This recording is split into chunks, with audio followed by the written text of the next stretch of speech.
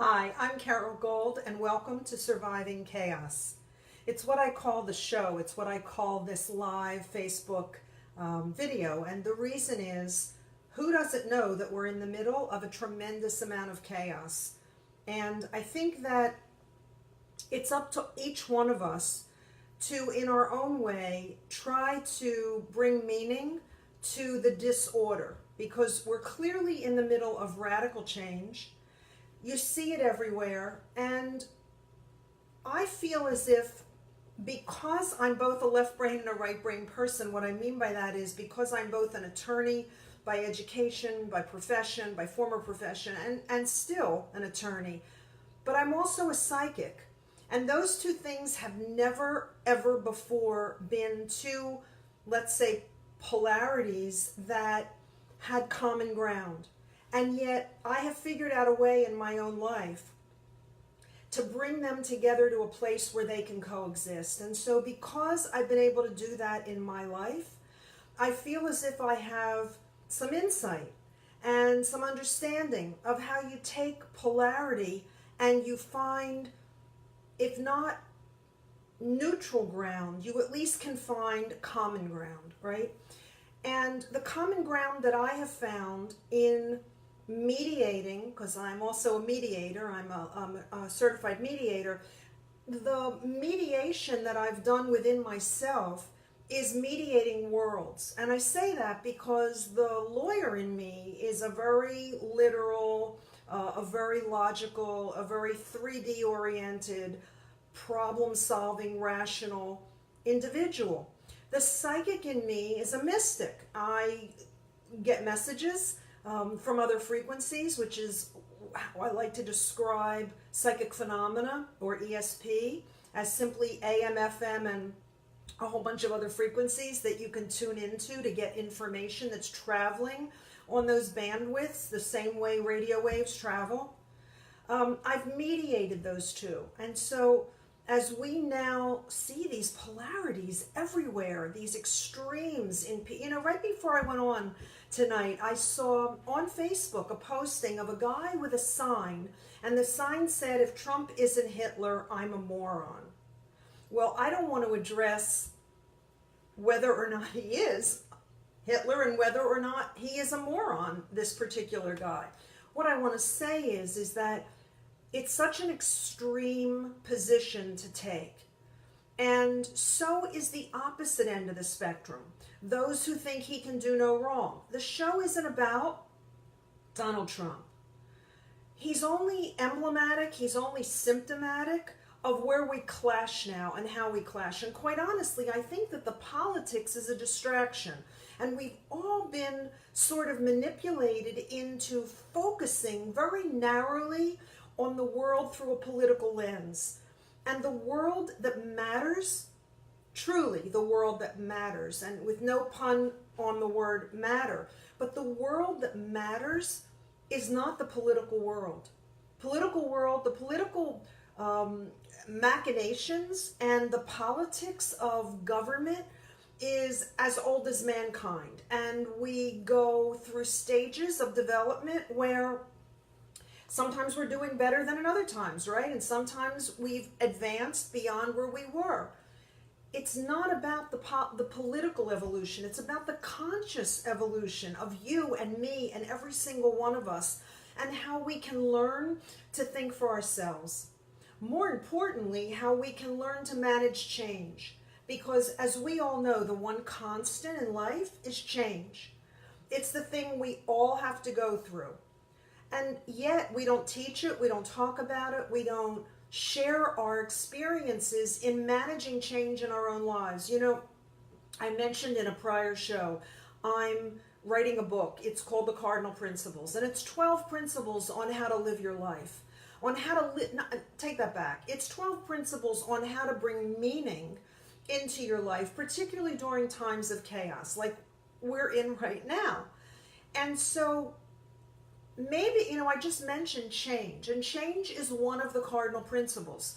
And I want to talk about it a little bit because, again, it's the thing we do the most in our lives and teach the least. So I have it in front of me, actually, from the draft of the book. It's the fourth principle of the 12 principles, and I define it as allowing, accepting, and adapting to perpetual motion. So why do I say that? And by the way, I'm going to take apart that definition in a minute, but I say it because everything is energy. That's all everything is, whether it's this table that's in front of me or whether it's me as a human being. Everything is energy. When you break it all down, it's all just frequency, vibration. Some of it's vibrating at a much slower rate than other things vibrate at. So this desk is vibrating a lot slower than that which creates me, that makes me human, that energizes and causes my organs to function. As I talk about this, I hear myself and I start to go off in a somewhat intellectual bent, and I try to bring myself back, and at the same time I don't want to dumb it down for you, because I think you're tired of hearing simplicity to the point where you're spoken to like you're a child, and you're attempted to be manipulated, or there's an attempt to try and manipulate you by keeping things really 15-second soundbite or less, right? 4 seconds on a web page before it gets clicked off to another web page if your interest isn't grabbed. There's no ability to find meaning in things that are happening that fast. And so that's where all the stress is coming from. And so I don't want to dumb it down to sound bites, and I don't want to not explore the depth of some things, because I think that's where the meaning is. So let me go back. Everything is in motion at all times, even when it appears to be stagnant.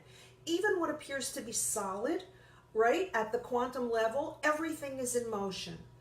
If we don't know how to accept, allow, and adapt to perpetual motion, then we're in a constant state of fighting what life is. We're in a constant state of fighting what reality in this world, in this 3D world is, and beyond, is like. It's up to each of us to develop those skills within ourselves. So change, I think, is one of the cardinal principles in my view of life, because if you can manage change, I like to say, if you can get comfortable being uncomfortable, right? It's not a paradox. I mean, you need to be comfortable being uncomfortable, because I basically am in a perpetual state of the unknown. Whatever I know in this second, well, the second is gone and now something new is here. And if I can't adapt, if I can't adjust, if I can't allow, and if I can't adapt to that constant motion, that constant challenging of how do I deal with the next second, if I can't do that, then I live either in fear of life or I don't live my life. So I want to take apart the definition of change as I define it, okay? As I define it, admittedly, allowing, accepting, and adapting to perpetual motion. So let's look at allowing first. Allowing is being open and welcoming of the unknown. It's to honor and cooperate with an ever-unfolding creation. So you have to allow energy to flow through you. You know, anyone who's creative, and we all are in some way, there's a multitude of ways to be creative. If you're creative, you know that when you're in your state of creating, whether it's drawing or writing or music, an instrument or singing, or the myriad of ways that we can create, gardening, you know that when you're in that state, when that flow is happening through you and you're producing something of a creative nature, you know that you're in the flow of life, right? That's allowing. And oftentimes we don't allow. Why? Well, either because we're told that it's not a productive use of our time to align with creative energy, or we think that whatever it is we do create isn't great because it's not perfect, or somebody else wouldn't like it. And that's never the goal of creation. The goal of creation is simply allowing newness, allowing the unknown to flow through you so that it can manifest in a unique way, in a way that it's never manifested before. That's what makes each and every human being, each and every individual unique. The ability to have energy come through you in a completely unique way, so that you can manifest in your own unique way. So that's the allowing piece. The accepting piece is embracing whatever occurs in each moment of your life. Embracing whatever occurs in each moment of your life. That's accepting. So oftentimes we want to reject or deny the things that are difficult or challenging or make us sad or cause us undue hardship in getting through them. And yet to do that is to deny life. Because life is not a perpetual state of what we want. It's actually a perpetual state of what we need, right? We get what we need. That's where the expression comes from. Meaning, if you're connected to the source of all that is, the source of all that is wants to perpetuate what is.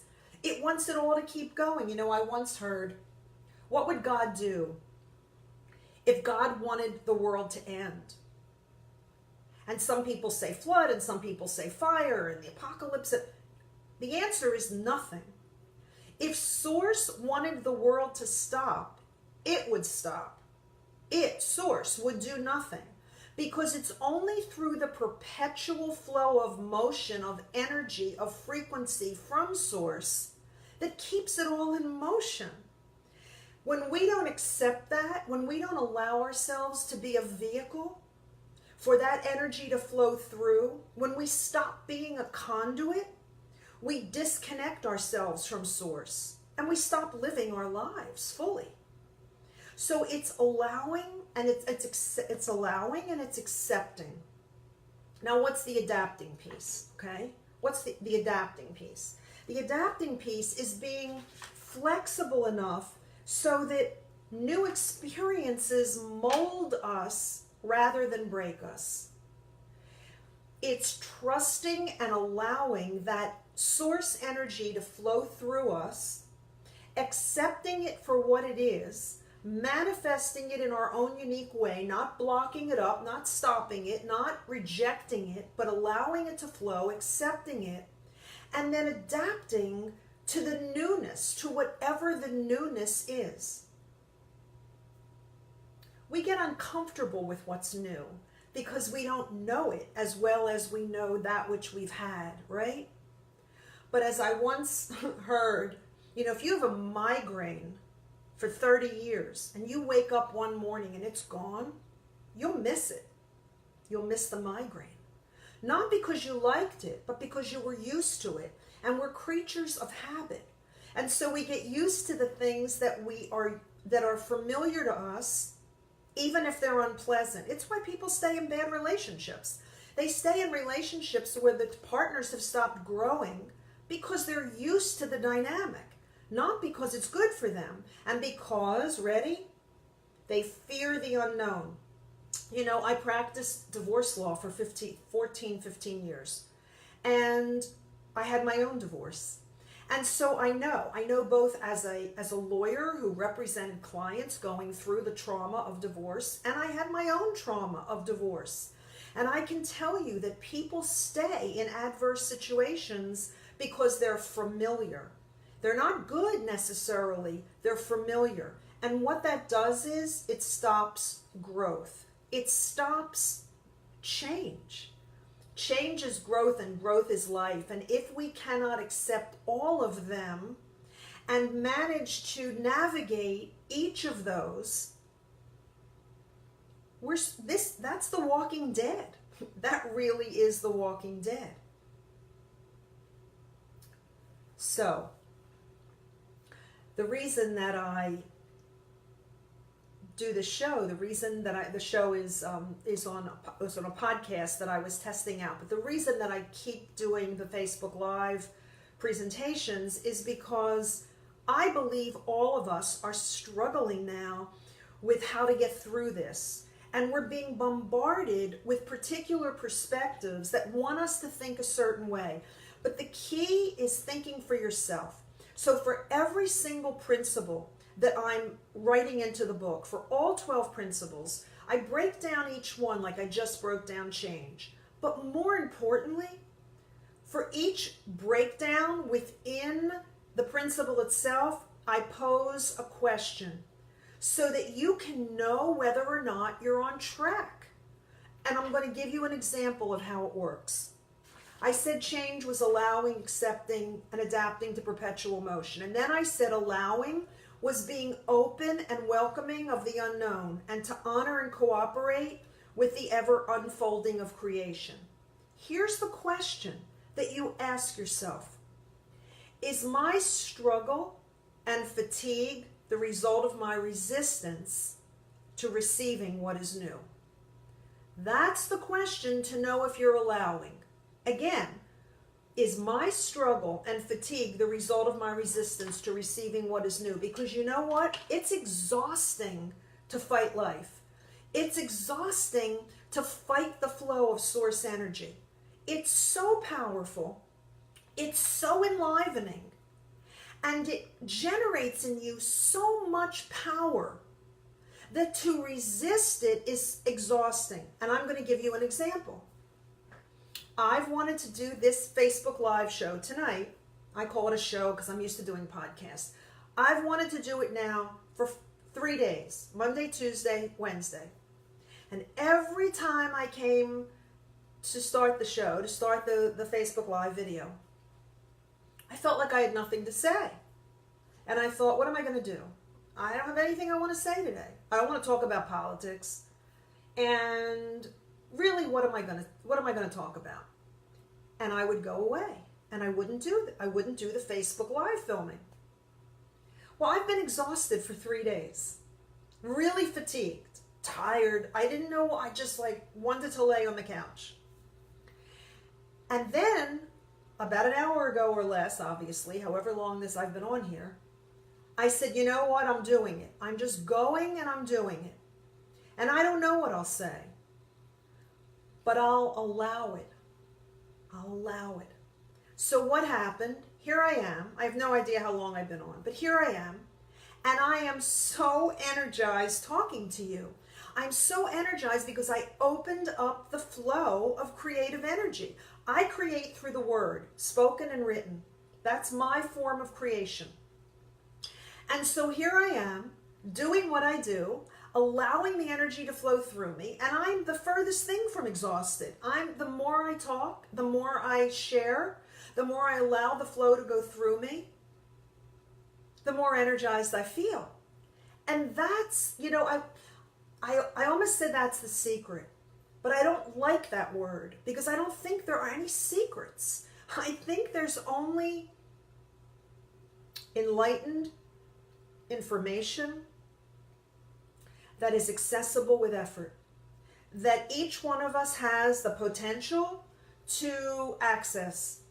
But you have to be willing to trust. You have to be willing to change. You have to be willing to open yourself to things that are not familiar and to get comfortable being uncomfortable. And then each one of us can move into our higher selves, can take us another step up the rung of the ladder that is to our higher consciousness. So that was the question that I gave you for allowing, okay? Here's the question for accepting. Accepting is embracing whatever occurs in each moment of your life. So here's the question that you ask yourself to know if you're accepting. Am I trusting that every occurrence in my life is brought to me on purpose for the highest good? Do I trust that every occurrence in my life that comes to me for the highest good? In order to do that, you have to believe that there is a source that only wants your highest good. And that if you're open to it, will provide you whatever you need. You know, how many people have extraordinary circumstances happen to them when they have extraordinary events? So for example, the mother whose child is trapped under the car and she's able to lift how many tons of a vehicle because it's to save her child. Her ability to do that is beyond her physical capacity under normal circumstances. But if you trust that everything that comes to you comes in the right moment for the right reason and in your highest good, then you begin to see in your life, everything's not that extraordinary. What comes to you isn't always that extraordinary or that visibly extraordinary. But for sure, everything you need, if you're present in your life and you're allowing source energy to flow through you and you're accepting of it when it does, you will begin to see all the ways that you get what you need whenever you need it. Can you trust that everything that comes to you, can you accept that everything that comes to you for your highest good? And lastly, the third question to know whether you're moving through change, the kind of change we're in right now, in the best possible way, is adapting. I said, what is adapting? It's being flexible. I'm going to sneeze. Excuse me. It's being flexible. Oh, you know what? I just heard my mother, who's in spirit, say, you sneeze on the truth, right? That's what I always heard as a kid. You sneeze on the truth. And I'm telling you how to get through change. So the last piece is adapting, being flexible so that new experiences mold you rather than break you. And here's the question that you ask yourself. Am I so rooted in my habits and beliefs that I make myself unavailable for new ways of being? Am I so rooted in my habits and my beliefs? Am I so unwilling to allow new things to flow through me, that I'm rooted like a tree and I can't move from where I am? I can't alter my perspective. I can't see things differently. I can't listen to someone else's different opinion long enough to know, do they have something of value that could be of value to me if I gave them the opportunity to fully explain it to me? So, I'm going to close this with saying that I shared with you one of 12 principles that will be in my book, The Cardinal Principles. This one is change that I shared, allowing, accepting, and adapting to perpetual motion. And here are the 3 questions that you want to ask yourself as you go through change. 1, is my struggle and fatigue the result of my resistance to receiving what is new? 2, am I trusting that every occurrence in my life is brought to me on purpose for my highest good? And 3, am I so rooted in my habits and beliefs that I make myself unavailable for new ways of being?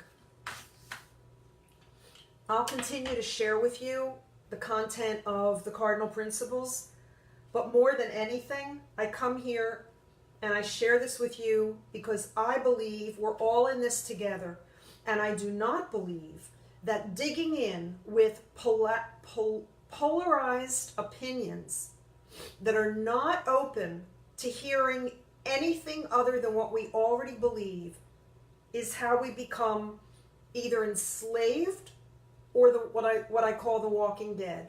So thanks for listening. My website is Carole, C-A-R-O-L-E, Gold, like the color, carolegold.com. You can see a whole bunch of stuff there, including how to do private coaching sessions or psychic readings with me if you like. And have a great night, everybody. It's been a ball for me, and I hope it's been enlightening for you. Bye.